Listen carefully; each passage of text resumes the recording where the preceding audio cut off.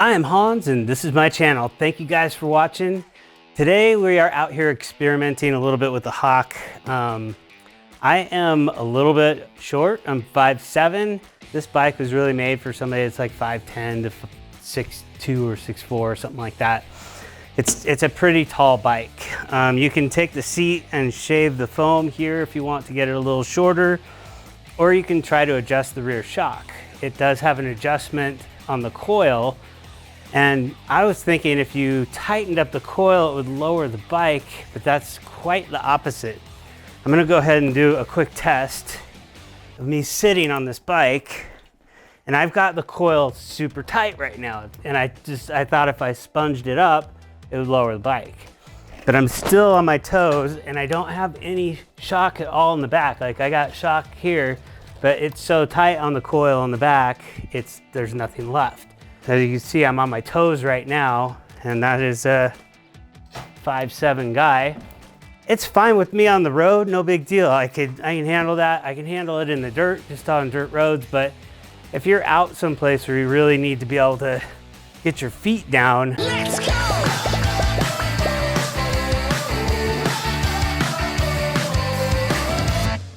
We're taking the shock back out.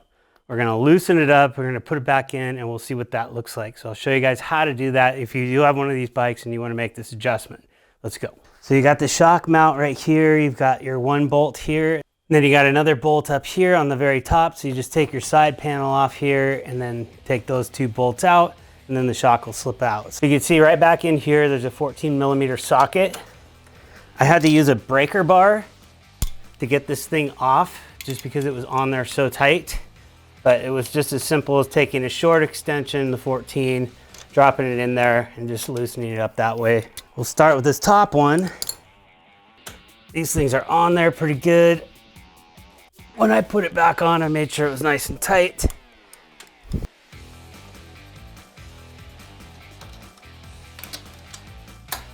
We'll do that bottom one here. Again with the breaker bar.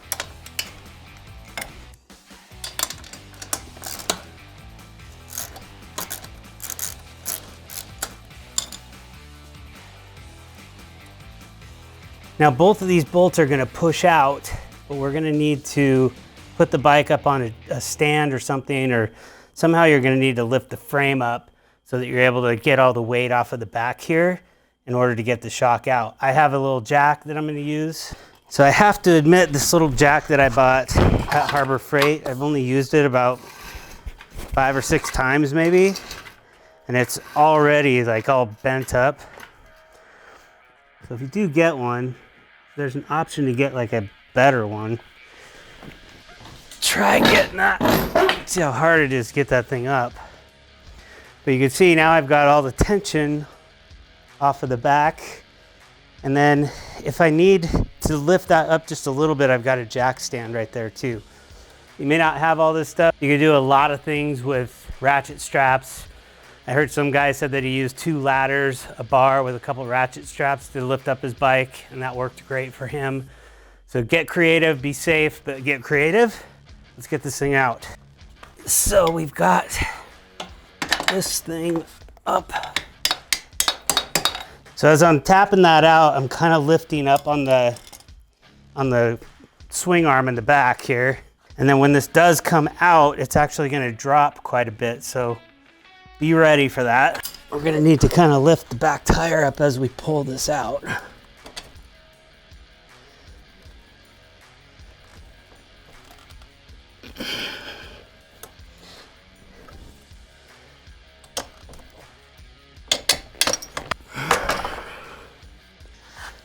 See that drop? There's that bolt, and then let's get this top bolt out. Came out nice and easy. I don't know if you can see that very well, but I actually compressed the spring down. Now we're going to take the spring and we're going to go the opposite way and take all that tension off of the spring down to about maybe 1/4 of an inch till we get to the bottom there. I ordered a set of 4 of these spanner wrenches on Amazon. Basically, you put the little grip right there on that side, and then you can twist these things You have to have it in a vise. You don't have to, but this is how I found it was easiest for me to kind of drop it all the way down and then have it rest on the vise right there and then tighten that up. And then we're gonna go ahead and take the smaller, which is the 32, and I had a set of 4, so this is not the smallest, I don't think.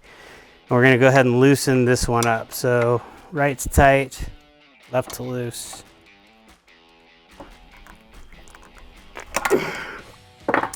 So that's just the tension ring.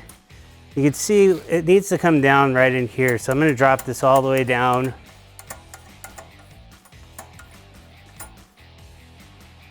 Probably till about 1/4 of an inch right there. I'll leave a little bit of thread there. And then this is super tight right now. Just get this thing on here and loosen it all the way down to that other nut.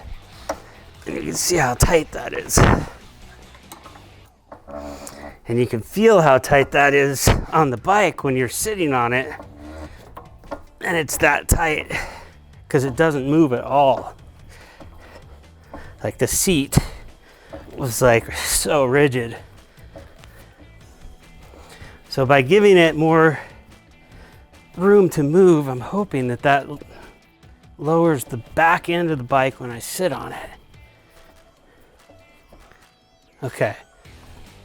Tighten that up, so we're gonna right to tighten that bottom one up and left on the other side, and that's gonna put them against each other.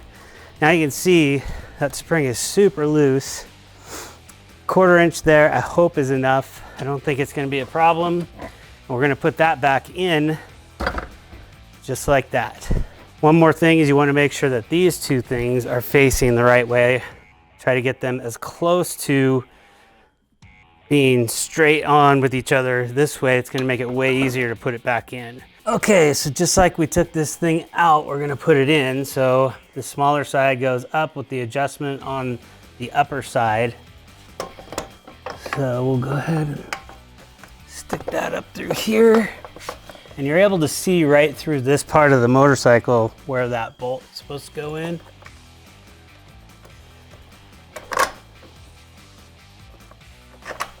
Okay, that one is all the way in.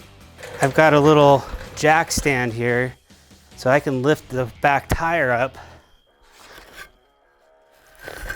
and get the jack stand underneath it, and that'll give me a little adjustment here. So as this part is going in, we can just go ahead and give this a little bit of a boost to right where we need it to be.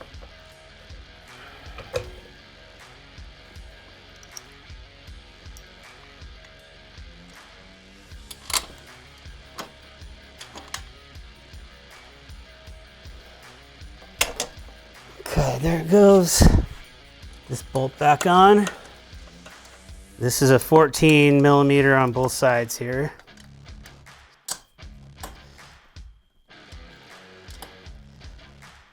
And then we'll go ahead and do this one back here. Got that bolt.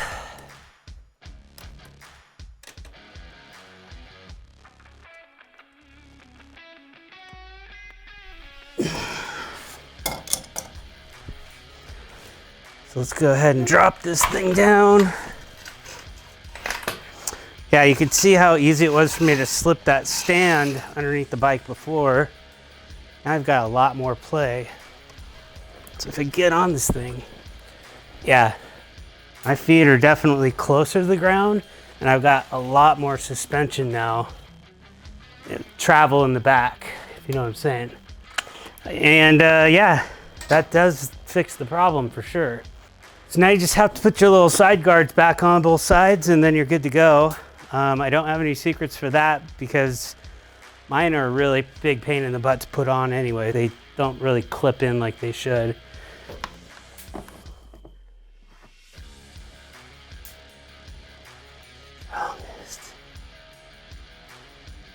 I just wanted to be able to show you guys that you can adjust it and how to do it. So we've accomplished that goal. If you guys like this kind of content, consider subscribing.